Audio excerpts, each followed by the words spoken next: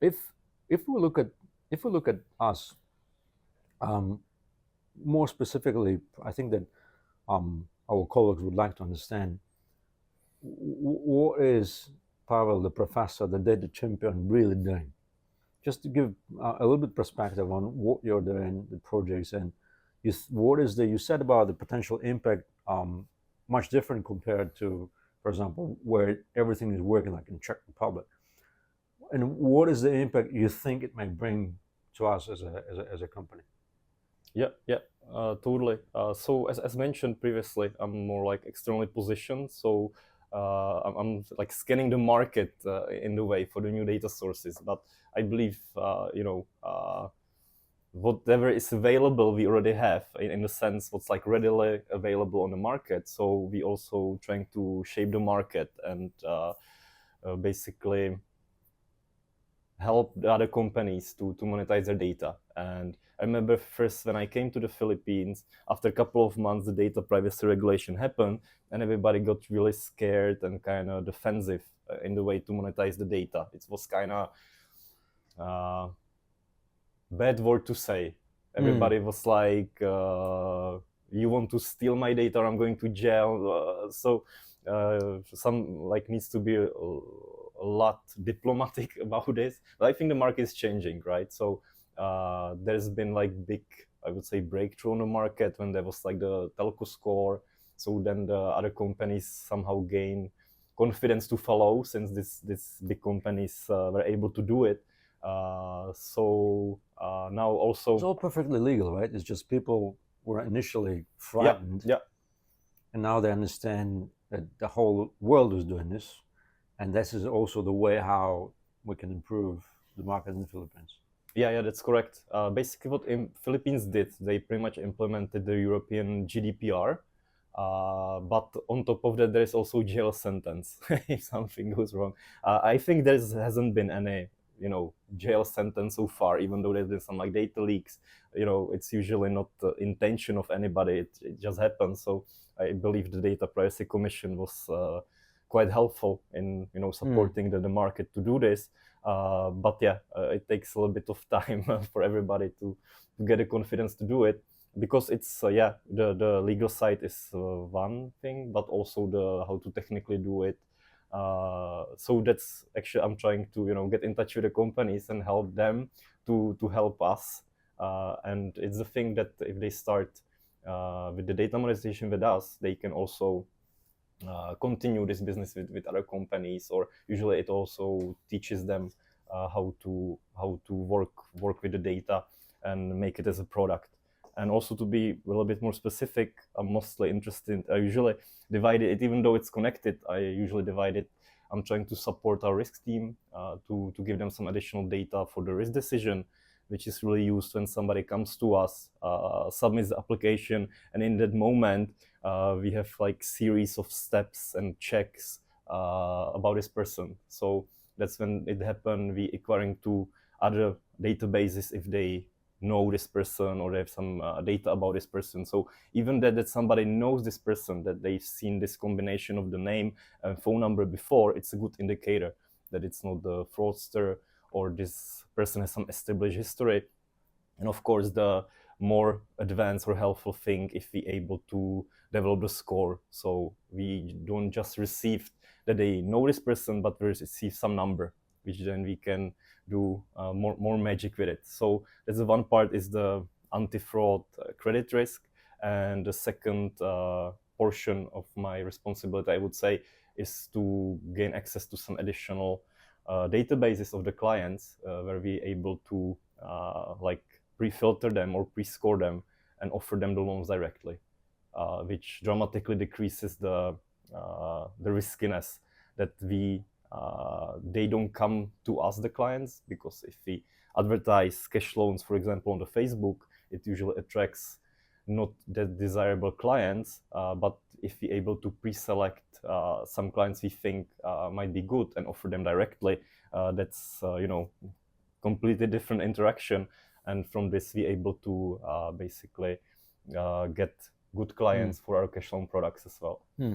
So you kind of on both sides, what you're doing with data, mainly right now we're at the stage where we're getting new sources of data for us as a company, for both for risk side that will help us to assess the risk better, because we don't have enough to understand it, right? Especially about previous behavior. And then the second part is for ability to sell more, right? Yeah, I think maybe we haven't mentioned that why we doing this in the first place, because there is quite a small footprint of a lot of Filipino customers or citizens. Digital footprint. I would say even physical. Eventually, if you talk about the IDs, a lot of people doesn't even have the IDs, or Right. they have some not one of the main IDs or the national IDs, etc. And especially also the digital. I always see a lot of people, when they come to visit and they just stay in Manila, they get little skewed picture because they see people paying the Gcash and using all the apps, Grab, Foodpanda, etc. So they're like, come on, there must be a lot of data. But then if you look, over the borders of Manila to the provinces, this dramatically decreases.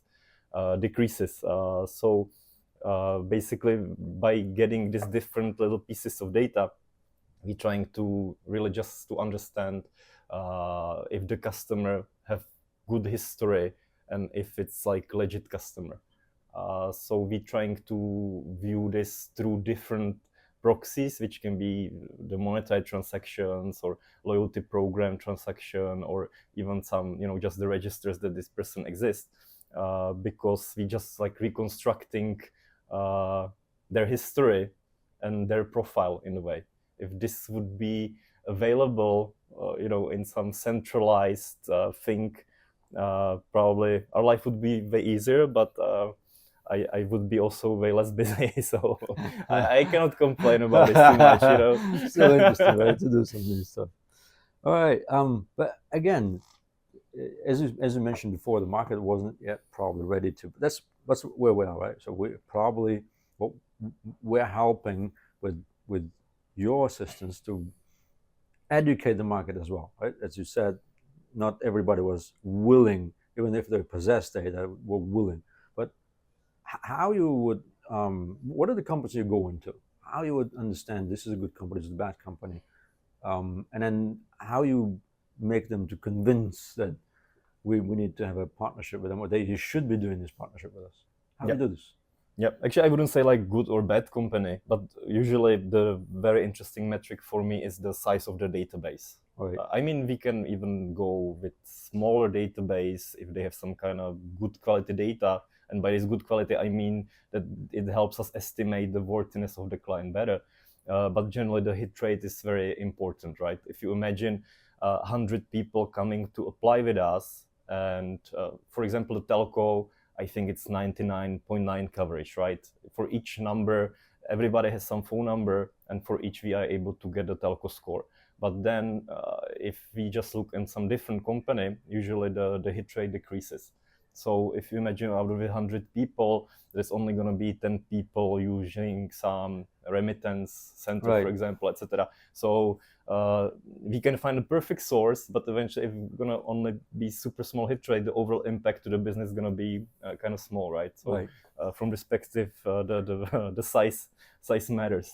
Not Yeah, only, what but are the type of companies, just to also get a feeling for our colleagues?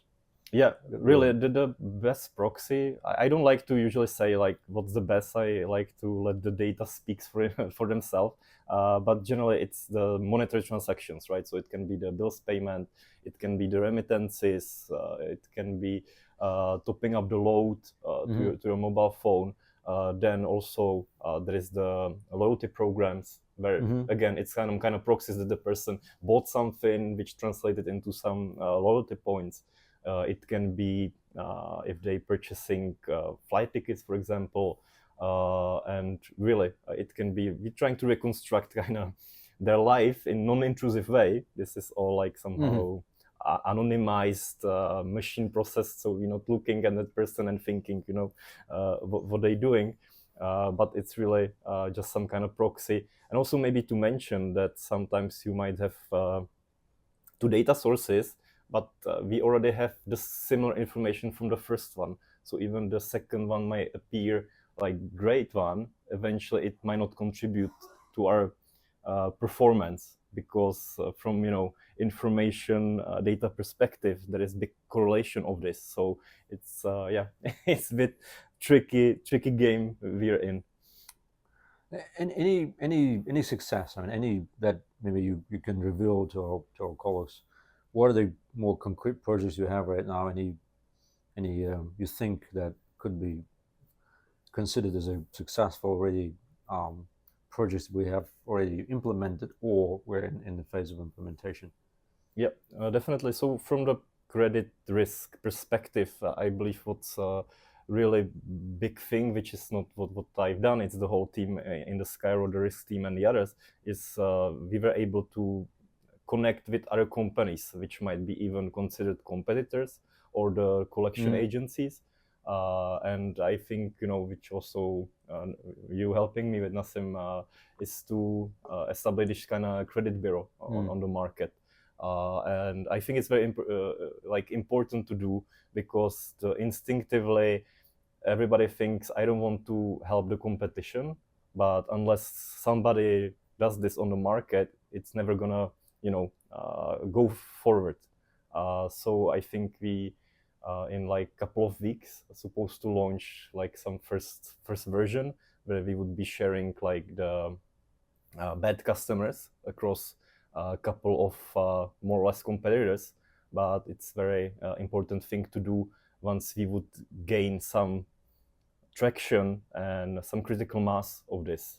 It's not only going to help us, but it should also help the customers, that if we able to cut off really this bad customers who have like bad intentions at the beginning, we should be able to decrease the pricing, and everybody should benefit on the market except for the bad guys. I believe, colleagues, we could be quite proud of ourselves. Something which is not only good and beneficial for us, something which is beneficial for the market, for the transparency and improvement of the market. That's one of the reasons happening is us. Yep. Congratulations. Thank you. So looking forward for the first pilot project. Yeah.